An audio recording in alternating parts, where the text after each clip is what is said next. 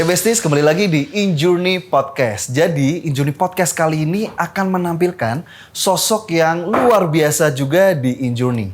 Beliau adalah sosok sebagai pelopor berdirinya InJourney Group, PT Aviasi Pariwisata Indonesia. Pasti semua juga penasaran ya siapa beliau ini. Baik, mari kita langsung saja sambut Bapak Edwin Hidayat Abdullah. Selamat pagi Pak. Pagi. Mantap, semangat ya.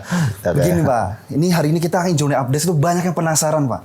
Wakil Direktur Utama InJourney itu siapa? Atau bagaimana jejak karirnya? Nah mungkin kita bisa sekedar sharing-sharing Pak, spill bagaimana dulu Pak Edwin bisa mencapai posisi InJourney. Mungkin dulu sekolah di mana, asli mana? Boleh nggak Pak nih Pak cerita kepada teman-teman Besties ini? Silahkan aja, kita santai aja. Santai aja Pak. Nggak Pak, jadi dulu itu Bapak itu lahir di mana, asli mana, sehingga akhirnya bisa mencapai di posisi saat ini Pak? Waduh, ya boleh aja cerita, nanti kita ngobrol panjang kalau tanya kan. Gimana? Secara singkatnya gimana tuh Pak? Ya singkatnya nggak ada yang singkat sebenarnya, kan panjang. Tapi ini saya lahir di Jakarta ya, cuman memang kalau ditanya tinggal, memang masa kecil saya banyak di Jakarta. Sempat juga ke luar negeri karena ikut orang tua berapa kali ya, tinggal di Belanda, kemudian pernah juga tinggal di Kanada ya. Tapi saya setelah SMA lama di Jogja. Kebetulan ayah saya juga sekolahnya di Jogja dulu di UGM, jadi saya juga sekolah di UGM 5 tahun di sana ya sampai lulus. Setelah lulus saya sempat kerja di Jogja sampai sebentar, tapi ya jadi asisten peneliti di UGM. Sempat juga ngajar di kampus di swasta di Jogja, masih asisten dosen. Nah kemudian pindah ke Jakarta kan, mencari peruntungan. Ya kalau ditanya kerjanya apa, sebenarnya saya mulainya dari bawah banget ya. Jadi masuk Jakarta saya sempat kerja apa? Saya sempat kerja itu jadi telemarketing ya. Dan telemarketing itu jualan membership. Nah, saya telepon, Pak mau beli ini nggak, membership hotel ini. Tapi itu nggak lama lah, sebentar. Terus saya juga kerja sebentar jualan apartemen, marketing. Dia datang bikin event di hotel-hotel terus jualan. Nah, itu nggak lama juga, sebentar lah. Sampai saya akhirnya dapat kesempatan itu training di bank swasta.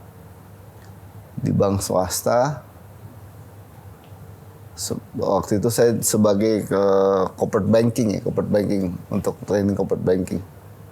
Tapi saya melihat, kayaknya bukan saya deh di sini. Nggak lama juga, metu meneh keluar lagi, terus akhirnya ada lowongan, judul lowongannya keren, namanya junior economist. Artinya ekonomis itu analis ekonomi di perusahaan multinasional ya, dari Jepang. Bank. Ya, terus saya ngelamar, keterima. Ya, jadi saya kerja di multinational company. Nah di situ awalnya memang saya sebagai analis ekonomi, jadi keadaan ekonomi, makroekonomi, kondisi makro, mikro, kemudian juga jadi industri analis, ya.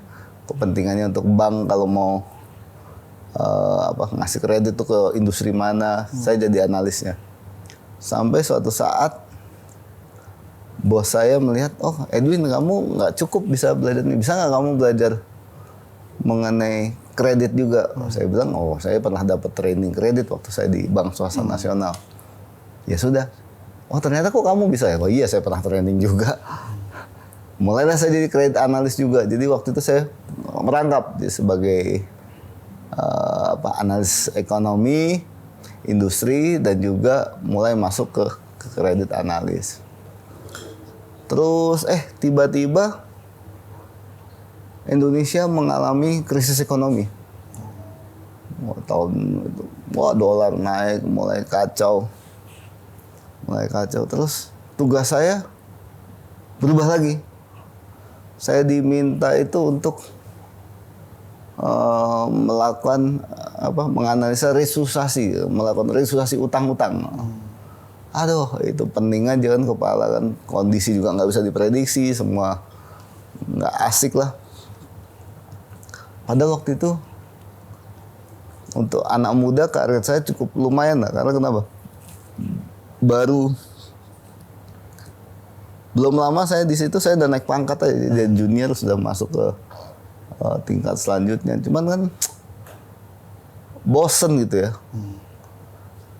Sampai suatu saat saya lihat ada panggilan, ada tawaran saya untuk masuk namanya United Nations, PBB. UN, ya. PBB itu untuk ada namanya project, saya masih nama Emergency Operation 6006. Aduh. IMOP 6006 6006. Itu untuk ditugaskan ke daerah konflik dan bencana. Di Indonesia atau Di di luar? Indonesia, ada yang di Indonesia, tapi saya kebetulan proyeknya di Indonesia, tapi tidak di Jawa, tapi di Papua, Irian. Papua, ya. Jadi untuk program kerjasama PBB dengan Indonesia untuk mengatasi krisis. Jadi sedikit cerita ya, akhir tahun 90-an itu Indonesia itu mengalami yang namanya triple crisis. Triple crisis itu apa? Krisis ekonomi. Yang orang tahu kan krisis ekonomi dan politics ya.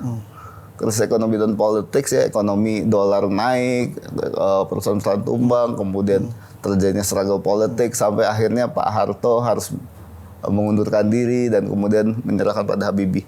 Tapi ada satu lagi krisis yang orang jarang ingat adalah ketika itu juga terjadinya banyak konflik di daerah dan kita mengalami krisis pangan. Kenapa terjadi krisis pangan? Karena akibat terjadinya drought. Drought itu apa? Kemarau panjang. Ya. Di saat ada krisis ekonomi, krisis industri, krisis politik, banyak konflik di daerah, ada lagi kemarau berkepanjangan sehingga produksi pangan turun. Jadi multiple crisis. Cuman orang kan dia kayak orang sudah jatuh tertimpa tangga. Cuman yang orang ingat adalah 97 Pak Harto jatuh, 98. Tapi sebenarnya much more deeper than that. Jadi lebih berlapis dari situ. Jadi ada beberapa yang direkrut ya di Papua, satu di saya di Papua, ada terus teman saya ada yang ditaruh di Ambon yang kebetulan juga ada konflik waktu antar agama Islam dan Kristen ya waktu itu yang heboh. Dan satu lagi ditaruh perbatasan Atambua antara Timor Leste dan NTT. Itu sudah konflik juga, Pak? Woi, sudah. Proses. Iya. Dan satu lagi ditaruh di daerah Kalimantan. Nah, itu saya ditaruh Kalimantan ketika itu terjadi konflik Malaysia. No. Madura lawan Dayak. Waduh. Jadi Indonesia multiple konflik. Iya. Kalau masih ingat dilihat, saya kebetulan ke bagian di Papua. Jadi saya di situ ya, di Project Emergency Operation, jadi totally berubah. Ya. Tidak lagi bekerja dengan dulu ya gaya mas, namanya Yapis, kalau istilahnya Yapis itu adalah yang eksekutif ya, gaya pakai dasi. Ya. Tiba-tiba saya harus bekerja Membaur ya, Pak. Keluar masuk hutan dan masuk ke masyarakat, kemudian juga kasih bantuan ke suku-suku terasing, bahkan sempat berapa kali dicegat oleh orang yang berniat jahat. Tapi alhamdulillah selamat, walaupun saya sempat kita sempat near death experience, jadi hampir lewat itu ketika saya naik sendirian kan, karena kerjanya sendirian, hanya ditemenin di sana ada kontaknya namanya siapa, kita cari apakah nanti saya ketemu dengan dinas sosial atau dari pertanian, biasanya kita kerjasama dengan TNI juga, karena kan pemberian bantuan. Saya memang melakukan assessment ya, jadi ketika itu di Sorong, saya di perairan Sorong itu naik kapal kecil kena ini apa namanya? Ombak. Kena ombak yang ombaknya lebih tinggi daripada kapal kita. Wah, basah semua. Gini lah. Nggak sampai kembali hampir ya, Pak? Untung alhamdulillah selamat ya. Cuman begitu sampai di darat perut saya kram dari jam 6 sore sampai jam 6 pagi besoknya. Karena stresnya. Tapi alhamdulillah ini selama di situ hampir ya di Papua bolak-balik ya, ke Papua sebulan, hilang masuk hutan, kemudian balik ke Jakarta, mengatur lagi perlengkapan logistik, kemudian berangkat lagi ya untuk kerjasama dengan sana. Bolak-balik itu ya kurang lebih setahun lah, hampir setahun. Sampai suatu saat senior saya di perbankan waktu itu berdiri yang namanya Badan Penyihatan Perbankan Nasional atau nama IBRA, Indonesian Bank Restructuring Agency. IBRA ini atau BPPN itu yang menangani aset-aset yang ditinggalkan bank-bank yang tutup. Ada berapa bank yang tutup ya? Atas krisis itu. Iya, atas krisis. Jadi dampak itu ya, Pak? dampak krisis itu aset-aset perbankan yang tutup itu sekitar 600 triliun, sementara aset-aset bermasalahnya atau aset itu semua dilimpahkan ke BPPN. Itu 600 triliun dan itu harus dikelola dalam waktu 5 tahun dan dimonetisasi. Saya masuk ke situ dan tugas saya waktu itu untuk melakukan resusitasi terhadap berapa ya? Pokoknya banyak sekali lah hutang-hutang bermasalah. Ya, hutang yang harus kita restruktur, yang harus kita apa. Ya, masuk ke situ dengan dipanggil, karena dipanggil nggak ngelamar juga, dipanggil ngapain di situ. Kamu kan bukan, dia bilang, lu kan, kalau kerjanya di hutan, you kan you're a banker, kan lu banker, kenapa lu kerja di hutan? Nah, ini panggilan ya. Tapi setelah saya pikir-pikir, ya sudah, saya masuk, akhirnya saya bergabung dengan BPPN sampai sesaat sebelum tutup lah. Jadi kan 5 tahun ya dari awal.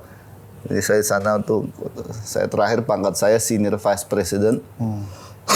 Jadi cukup tinggi lah, karena di atas saya udah deputi ketua atau ketua. Jadi saya langsung di bawah ketua BPPN ya.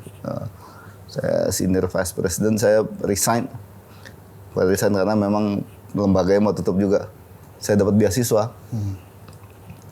Beasiswa memang ngelamar ya jadi saya masuk ke Lee Kuan Yew School of Public Policy NUS, kemudian saya dikirim ke Harvard Kennedy School of Government di Amerika. Sekolah, ya pas pulang kan, dulu kan dibilang, wah Edwin anak muda tapi sudah lumayan karirnya di ini, tapi kok kenapa memutuskan untuk hilang? Ya bukan untuk hilang, saya bilang saya dapat beasiswa yang seperti ini kapan lagi kan? Ya berangkat aja. Waktu saya pulang ke Indonesia, ya semua udah berubah kan. Pemerintahan bukan lagi Bu Megawati ketika saya berangkat, tapi sudah Pak SBY, BPPN sudah berubah, teman-teman sudah kemana-mana, network saya juga sudah berpindah. Nah, dari situ saya karena ada expertise, karena orang mengenal saya dulu sebagai yang biasa melakukan registrasi keuangan, registrasi perusahaan. Saya kemudian ada beberapa perusahaan swasta, ya. Saya mendirikan juga perusahaan bersama teman-teman, tapi ada beberapa perusahaan swasta juga merekrut saya sebagai technical advisor ataupun dewan komisaris. Jadi ada beberapa lah, termasuk saya berapa kali menjadi penasehat direksi itu mulai dari BNI, Timah, kemudian sempat juga di SMI, banyak lah. Tapi saya menjadi komisaris di Buming Serpong Damai, saya komite di perbankan, di mana-mana ya, Pak. Kemudian saya pernah ditambang perusahaan batu bara, saya diminta juga jadi direktur business development untuk di suatu grup swasta. Jadi banyak sekali posisi, saya lupa. Dalam waktu antara 2005 sampai 2014 ya jadi dalam satu waktu itu saya susah ngomongnya. Dalam satu waktu itu saya bisa memegang itu multiple sampai 7 atau 8 posisi. Nah, ini menarik nih Besties, karena kita mungkin juga baru dengar nih cerita dari Pak Edwin ini dari dulu hingga dari jualan apartemen dan lain-lain. Nah, nanti kita tanya nih Pak, kira-kira kenapa bisa nyangkut di kementerian dan juga nyangkut di Injurni? Tapi jangan dijawab dulu Pak. Nanti kita akan jawab di sesi kedua, karena sesi pertama tadi udah kita berbicara dengan Pak Edwin. Nanti sesi kedua bakal lebih dalam lagi. Stay tune. Oke Besties, tadi kita udah melihat perjalanan luar biasa dari Pak Edwin, dari menjual apartemen dan hingga akhirnya sampai masuk hutan dan juga menyelamatkan banyak hutang-hutang bank di Indonesia pada zaman dahulu hingga beberapa tahun terakhir sampai 2014. Nah, gimana sih cerita beliau akhirnya kok bisa masuk ke pemerintahan? Terus hubungannya dengan Injurni itu apa gitu ya Pak? Jadi gimana Pak, dari swasta masuk hutan hingga akhirnya masuk pemerintahan? Ini kan memang kalau dalam agama Islam ya, ada yang namanya, sebenarnya bukan ini, ada namanya kitab ini Al-Hikam namanya, Al-Hikam ya. Al-Hikam itu sebenarnya kitab ilmu tasawuf, tapi saya kutip aja sedikit. Ada orang yang berada di tempat tersebut, ya, ya, karena dia meniti sehingga dia berada di tempat tersebut. Ibnu Athaillah ya, jadi misalnya Eto ada di sini ya karena waktu masuk jadi officer, kemudian menjalani karir segala macam sampai akhirnya jadi titik ini di titik atau jadi manajer atau jadi VP nanti ataupun SVP karena menjalani. Tapi ada yang orang sampai kepada makomnya pada saat itu semata-mata karena kehendak Allah aja. Ya karena Allah menempatkan dia di situ. Kamu di situ. Tanpa dia pernah tahu kenapa saya di situ. Kayak nerimo ing pandum gitu. Nerimo ing pandum. Jadi dua jalan itu. Jadi memang kalau ditanya secara track record ya. Kalau tadi saya pernah jadi komisaris ya pernah jadi komut, pernah jadi dirut, pernah segala macam pernah. Tapi kemudian tiba-tiba kok jadi deputi gitu. Nah itu. Padahal dari swasta. Padahal terbayang pun enggak. Ya. Terbayang pun enggak. Ngelamar atau punya cita-cita ataupun nanti jadi direktur BUMN enggak.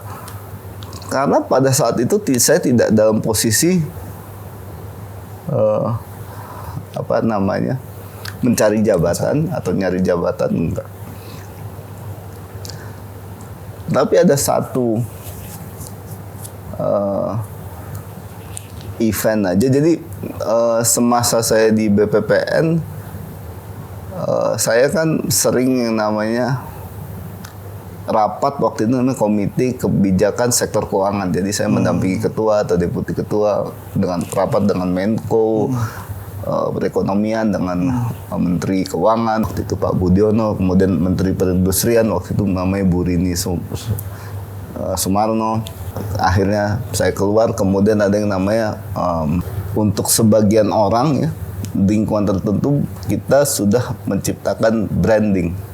Oh, Edwin itu adalah dulunya di BPN tapi dia mempunyai keahliannya dalam hal tertentu dan dia punya uniqueness, dia ngerti ilmu ekonomi misalnya, dia ngerti keuangan, di finance, tapi dia juga ngerti tata kelola pemerintahan karena dia pernah sekolah di Kuan Yin School of Public Policy, dia pernah sekolah di Kennedy School of Government, Harvard University, dan dia pernah juga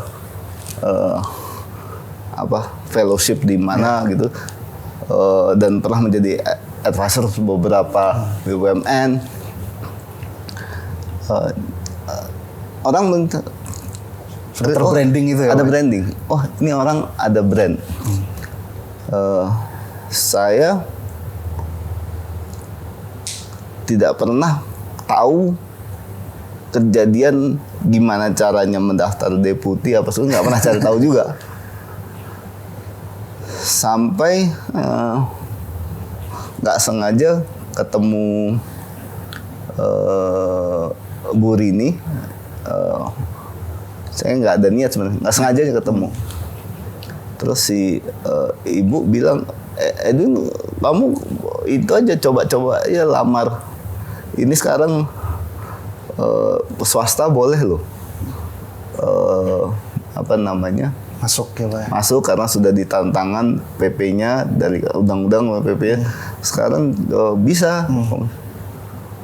Saya bilang, oh Bu, saya ketemu ibu nggak sengaja dan saya nggak mengharapkan jabatan. Oh enggak, kamu coba aja. Oh, kamu, siapa tahu kamu ada ini memang cocok. Ya, Pak, ya, di situ ya. Ya Bu, saya pikir-pikir. Nah, sebenarnya nggak ada komunikasi. Nggak ada komunikasi. Agak lama ya.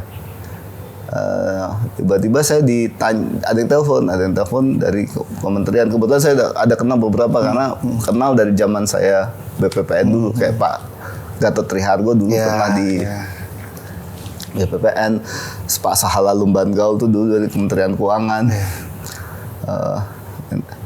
Si Pak Sahala yang telepon saya, dia kan dia tanya, Win, kok nggak jadi ngelamar deputi? Pak Salah kan udah pensiun ya dari kementerian, tapi dia masih bantu Bu Rini waktu sebagai staf khusus.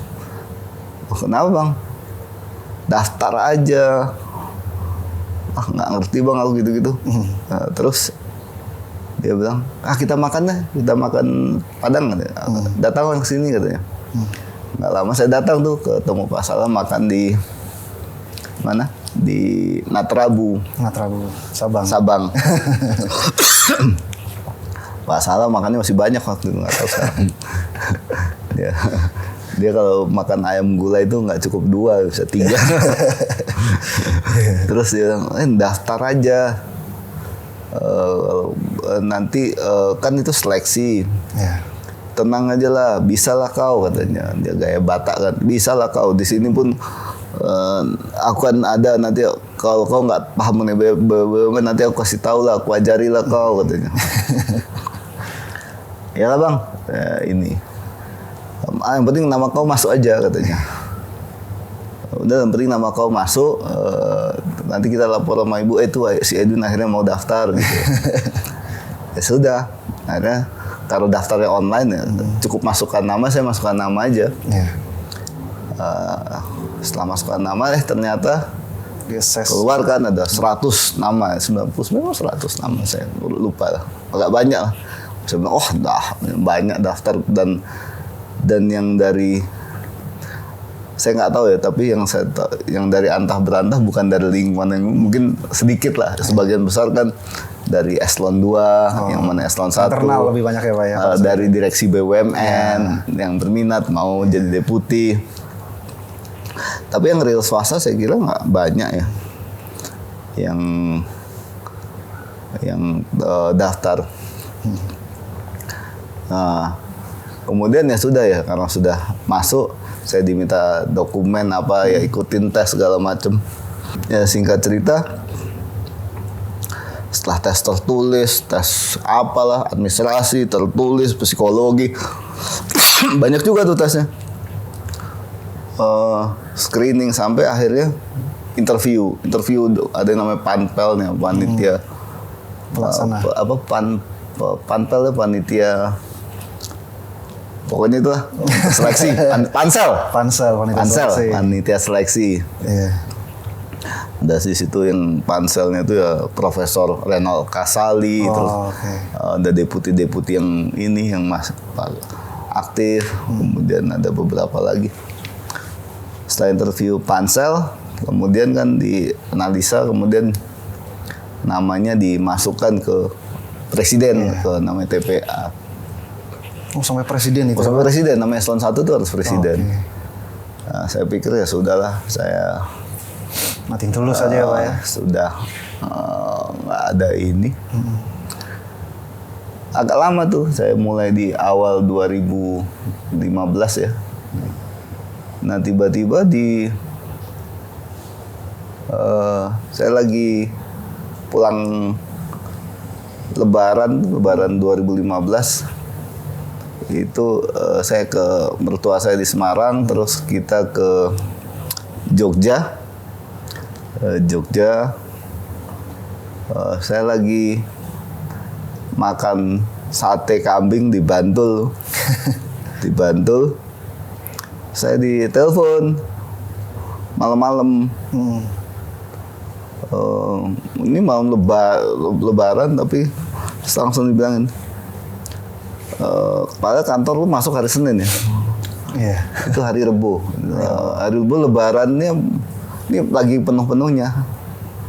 Rebo malam ditelepon, dibilang hari Jumat baru Jumatan bisa ketemu nggak di Kementerian BUMN? Kenapa? Ini baru Pak Presiden sudah tanda tangan hasil TPA-nya.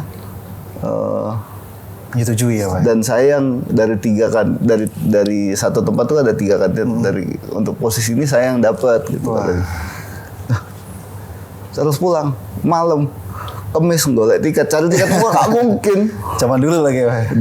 Zaman itu terus kan mau naik mobil pagi-pagi. Lah mobil kan dipakai sama keluarga. Masa lagi liburan Lebaran pulang semua. Esok paginya. Wah, panik. Saya panik. Wah, gimana caranya nih?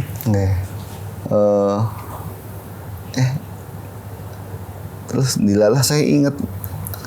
Oh iya, direktur Garuda itu ada teman saya, adik kelas saya waktu di UGM. Ada orang Garuda. Coba dong tolong cariin. Akhirnya dapat tiket. Saya baru cari tiket tuh hari Kamis. Akhirnya dapat tuh untuk Jumat pagi. Ya udah, berangkat terus ketemu, ternyata sudah betul dan dikabarkan bahwa hari Seninnya pelantikan. Nah, itu Besti luar biasa. Memang akhirnya hanya ngikutin flow ya Pak ya. Dari Pandum tadi, dari beberapa hal step by step ternyata memang kita lalui dan akhirnya sampai saat ini ya Pak ya. Dan mungkin dari Besti banyak yang belum tahu, mungkin ada juga yang sudah tahu bahwa Pak Edwin ini adalah salah satu pelopor di mana akhirnya muncul BUMN PT Aviasi Pariwisata Indonesia yang kita sebut dengan Injourney, dan juga banyak hal di dalamnya, logo-logo pun bahkan Pak Edwin ini sebenarnya salah satu yang membuatnya. Nah, mungkin bisa cerita Pak, bagaimana semangat awalnya sehingga akhirnya Bapak adalah salah satu sosok yang mempelopori dengan Injourney. Jadi semangat awalnya itu Injourney sebagai apa sih Pak? Hingga akhirnya harapan itu bisa tertuai sampai saat ini Pak. Jadi gini,